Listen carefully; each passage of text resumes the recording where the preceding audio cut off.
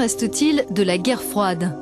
25 ans après son achèvement, il y a bien sûr les vestiges du rideau de fer, mais aussi une certaine tension internationale qui rappelle d'anciens rapports de force.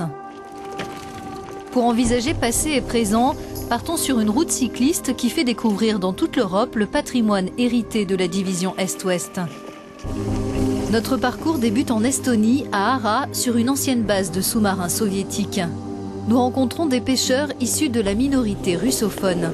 Les conflits en Géorgie et en Ukraine font dire à des observateurs qu'une nouvelle guerre froide a débuté. Qu'en pensent nos interlocuteurs sur ce lieu chargé d'histoire?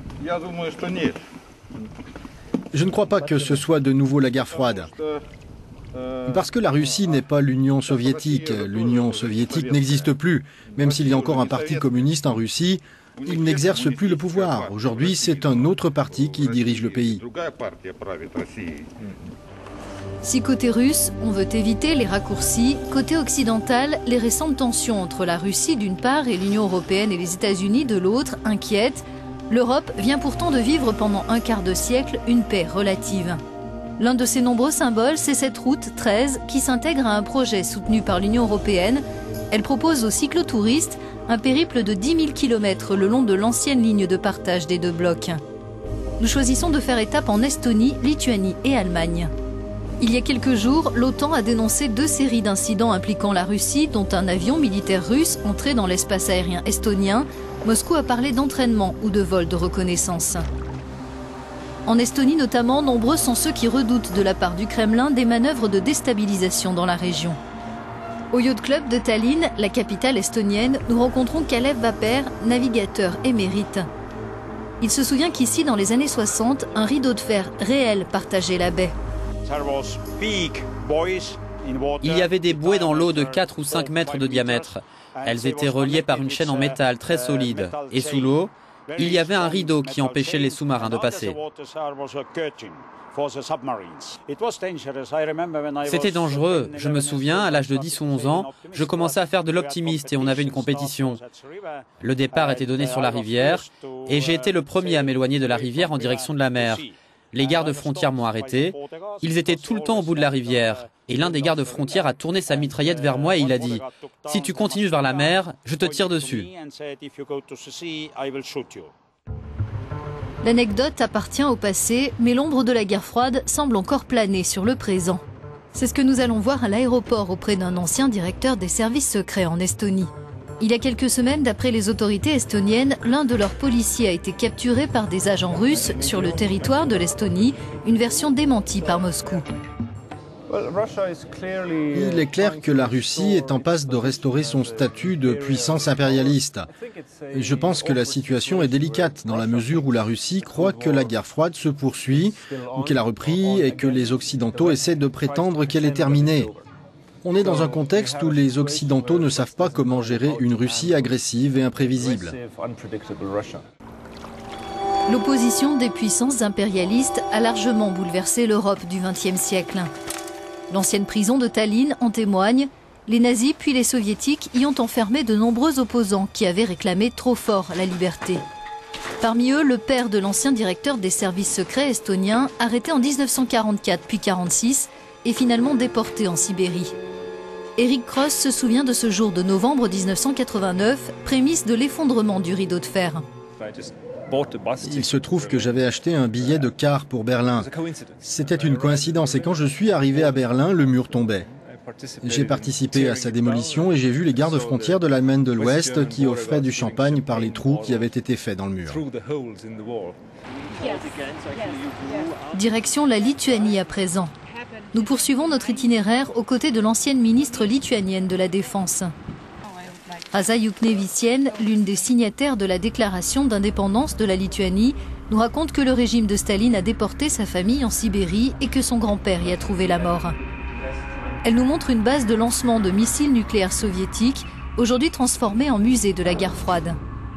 Un temps qui n'est pas totalement révolu d'après elle. Elle appelle l'Union européenne et l'OTAN à réagir plus fortement aux agissements de Moscou. What we see since 2008 approximately, Ce qu'on constate depuis 2008 à peu près, c'est que les Russes ont commencé à remettre sur pied, à restructurer, à moderniser leurs forces armées autour des États baltes, depuis le nord jusqu'à la région de Kaliningrad. Et ce sont eux qui disposent du plus grand nombre d'armes nucléaires dans la région.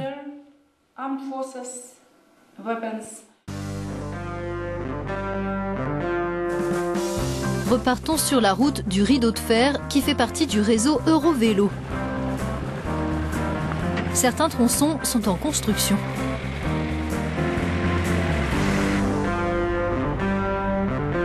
Nous traversons la capitale allemande d'est en ouest. Affamés par notre périple, nous partons en quête d'une fameuse saucisse au curry en découvrant les pans de murs qui sont encore debout. Nous avons rendez-vous avec Michael Kramer, l'instigateur de notre route 13. Eurodéputé et fervent défenseur d'un tourisme durable, il nous explique que son projet est né d'un premier concept de parcours à vélo le long du mur. Ça, c'est l'ensemble de la cycloroute du mur de Berlin qui suit l'ancien tracé du mur sur 160 km de long. Là, on peut voir un panneau qui l'indique. Il a été placé à la hauteur à laquelle le mur finissait, à 3,60 m du sol. Porte de Brandebourg, nous rencontrons Michael Pohl de l'Institut allemand SWP, dédié aux relations internationales et à la sécurité. Avant le conflit en Ukraine, il organisait régulièrement des rencontres entre militaires russes et ukrainiens. Il plaide pour un retour au dialogue. La guerre froide est terminée. Vladimir Poutine l'a dit lui-même de manière explicite il y a 13 ans au Parlement allemand, et il n'y aura pas de nouvelle guerre froide. Nous faisons face aujourd'hui à de multiples formes de guerre, comme des guerres hybrides, c'est le cas en Ukraine, et à une mondialisation de l'insécurité. Je ne crois pas que Poutine soit en train d'essayer de reconstruire l'Union soviétique. Il ne poursuit pas des objectifs impérialistes. À la différence de l'Union soviétique, la Russie actuelle n'a plus la capacité de mettre en œuvre une approche impérialiste.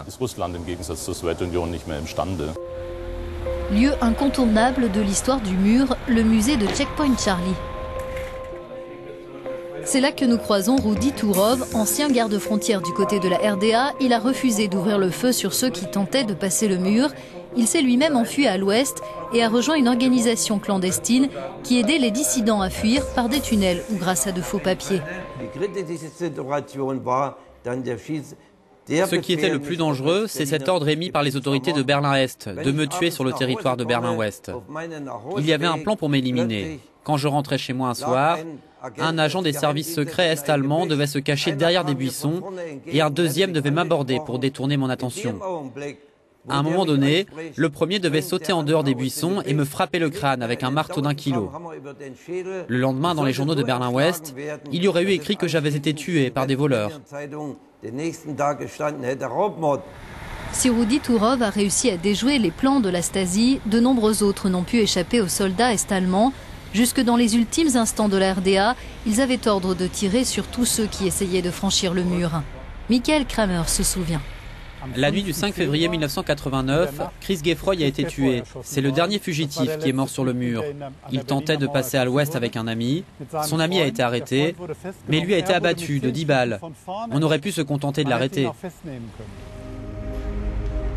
À l'issue de notre périple sur les traces d'une guerre d'un autre temps, un constat s'impose.